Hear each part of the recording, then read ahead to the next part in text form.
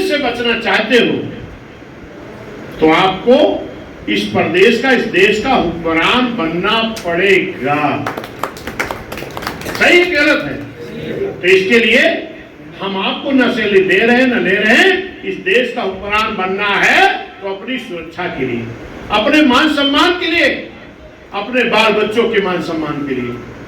जरा गौर करो कि जब तक बहुजन समाज की सरकार नहीं बनी थी, इतना परिवर्तन हुआ है, तब तक हमारे पुरखे अपने घर के सामने अपनी टूटी हुई चारपाई पर भी बैठ नहीं पाते। गलत कह रहा हूं क्या? कुछ लोग आते थे तो अपनी चारपाई, अपनी खटिया बच्चिया से उठ के हम खड़े हो जाते थे। लेकिन आज हमको अगर ये मान सम्मान मिला है, हम बाजार में भी, चौराहे पर भी अगर किसी कुर्सी बैठे तो क्यों का हम खड़ा ना हुए। चलो सम्मान देना तो अलग बात है, कोई हमारा सीनियर आ गया, बड़ा आ गया, चाहे जो आया, हम उसके सम्मान में खड़े हो गए। लेकिन आज किसी के डर से कोई ऐसा नहीं हो रहा ना। तो ये देन खाली है तो बाबा साहब के संविधान की और माननीय कांसी राम साहब, बहन कुमारी मायावती जी की और आपकी हुकूमत की। अगर इस सरकार से ही सब कुछ हो सकता है, सरकार से ही हमारे बाल बच्चों को नौकरी मिल सकती है, रोजगार मिल सकता है, सरकार से ही हमारा मान सम्मान स्वाभिमान जिंदा रह सकता है, तो इस सरकार को बनाने के लिए हमें जितनी भी जुगत हो, जितना भी जुगाड़ हो, सब लगाना चाहिए। क्यों? तो ये काम क्यों नहीं हो रहा भैया?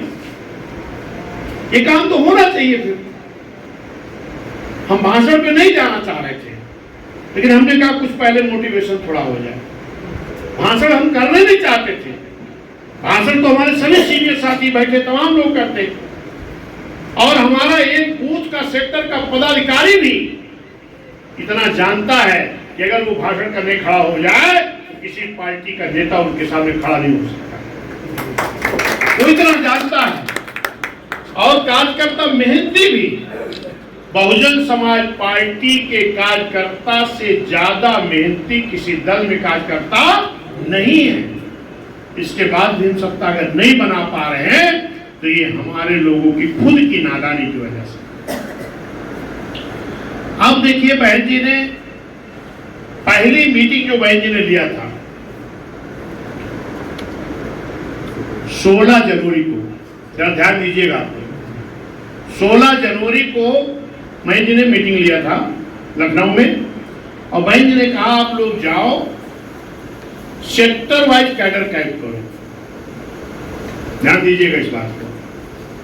और उस सेक्टर बैठक में कौन रहेगा? सेक्टर कमेटी रहेगी, बूथ कमेटी रहेगी,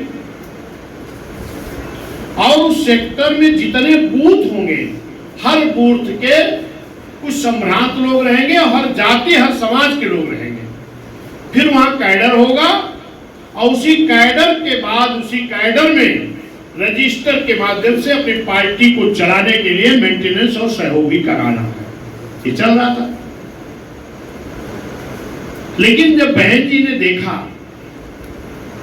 बहन जी को जानकारी हुई कि उस सेक्टर के कैडर कैंप में अगर पूरी सेक्टर बूथ कमेटी आ जाए कितने लोग हो जाएंगे? लगभग 65 लोग। और जिम्मेदार लोग हर बूथ से अगर कुछ आ जाए, 10 लोग भी आ जाएं तो 100 लोग हो गए। कुछ जातियों के आ जाए तो 200-300 लोग हो जाएंगे, और 200-300 लोगों को कैडर करने के लिए बहन जी ने कहा था। लेकिन बहन जी को क्या मालूम हुआ कि किसी सेक्टर 20 लोग हैं, कहीं है ही नहीं, कहीं 10-20 लोग हैं, कहीं 40-50 लोग हैं। बहन जी को क्या पता लगा कि जो सेक्टर कैडर कैंप हो रहा है, ये जो यहाँ हो रहा है, ये सब बहन जी जान रही है। अगर हम आप नहीं बताएंगे तो बहन जी नहीं जानेंगे क्या? सब जानकारी बहन जी को हो रही है। बहन जी को ये जानकारी मिली कि सेक्टर कैडर कैंप तो हो रहा, लेकिन उसमें सेक्टर बूथ कमेटी हमारी है ही नहीं। कैडर कैंप में सेक्टर बूथ कमेटी है ही नहीं। कौन हमारा बस्ता लगाएगा चुनाव में? फिर बहन जी ने 2 मार्च को बैठक बुलाई। पहली बैठक कब थी? 16 फरवरी। फिर बहन जी ने 2 मार्च को बैठक बुलाया। बहन जी ने कहा भाई ये तो बड़ा धोखा आप लोग कर रहे थे, झूठे ही कैडर कैंप कर रहे थे। जब बूथ सेक्टर कमेटी है ही नहीं, किसका कैडर कैंप?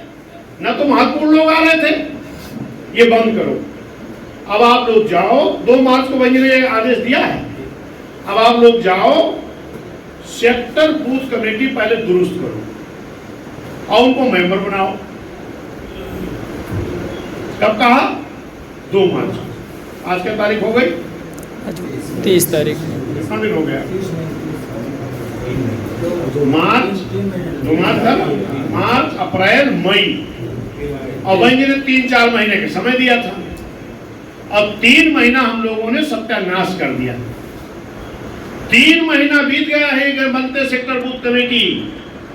मैंने कहा पहले जिला कमेटी समीक्षा कर लेना, फिर विधानसभा की, फिर सेक्टर बना लेना, बूथ बना लेना।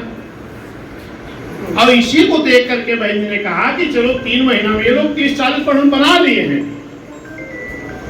मेरे साथियों, मेरा एक निवेदन आपसे हाथ जोड़कर है, पढ़ जाओ, अब से ये काम सुचारू रूप से शुरू कर दो। और सुनो, आज के बाद जिला कमेटी, विधानसभा कमेटी समीक्षा तो हो गई है, लेकिन इसके बाद भी समीक्षा किस आधार पर किए हो? हम बहुत अच्छा काम करेंगे, लेकिन करोगे कि नहीं करोगे तो पता है नहीं। अब पता लग रहा है कि कौन कर रहे हैं कौन नहीं। अभी भी जो काम नहीं कर रहे उनका नाम चिन्हित करोगे। आज के बाद जो काम करना शुरू कर देगा वो ठीक है, वरना उनकी जगह किसी और से काम लेना शुरू कर दो। कोई और उनकी जगह अगर अच्छा काम करने वाला मिलेगा तब उनको हटा दिया जाएगा। ठीक है? ये कैसे पता लगेगा? ये पता कैसे लगेगा? हर विधानसभा में 4 जोन बनाया गया, 4 टीमें तैयार की गई हैं। एक टीम में विधानसभा अध्यक्ष, एक में विधानसभा प्रभारी, एक में दूसरा प्रभारी और एक में जिले का कोई पदाधिकारी। ये तो बना है ना रविंद्र भाई? ये 4 टीम हो गई। इन चारों टीम के साथ कौन रहेगा? क्योंकि अभी आप लोग टाइप नहीं हुए तो जो संशोधन हो कर लेना। ये 4 लोग हो गए। एक विधानसभा अध्यक्ष, ध्यान से इसको सुनो भाई सभी लोग। एक विधानसभा अध्यक्ष टीम होगी, दूसरी विधानसभा प्रभारी की होगी, तीसरी विधानसभा प्रभारी होगी, प्रभारी 2 है ना, और एक जिले का कोई पदाधिकारी होगा। फिर कौन लगेगा इनके साथ? एक विधानसभा उपाध्यक्ष होगा, एक विधानसभा महासचिव होगा, एक विधानसभा कोषाध्यक्ष होगा, एक विधानसभा सचिव होगा। यही तो है। तो ये 2 तो आपके पदाधिकारी हो गए। और इनके बाद बीबीएफ को उसमें नहीं रखना है,